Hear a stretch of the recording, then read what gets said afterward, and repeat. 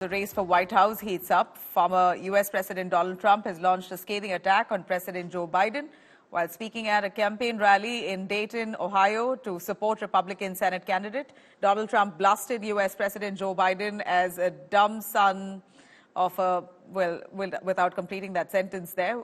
He's implied expletives. He's further gone on to accuse Biden administration of using Justice Department and the FBI against his political rivals.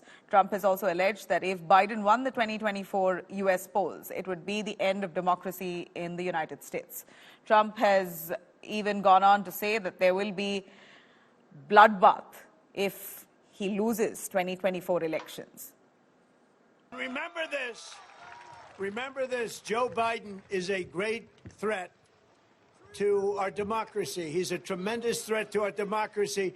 His incompetence is the #1 reason.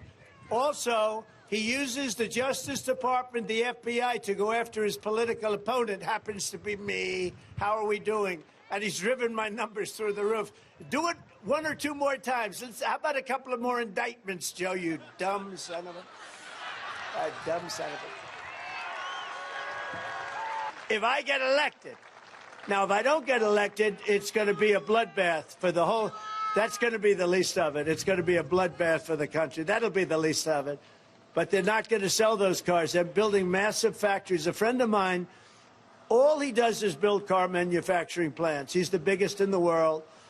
I mean, honestly, I joke about it. He can't walk across the street. In that way, he's like Biden. But for building a plant, he can do the greatest plants in the world, right? If this election isn't won, I'm not sure that you'll ever have another election in this country. Does that make sense?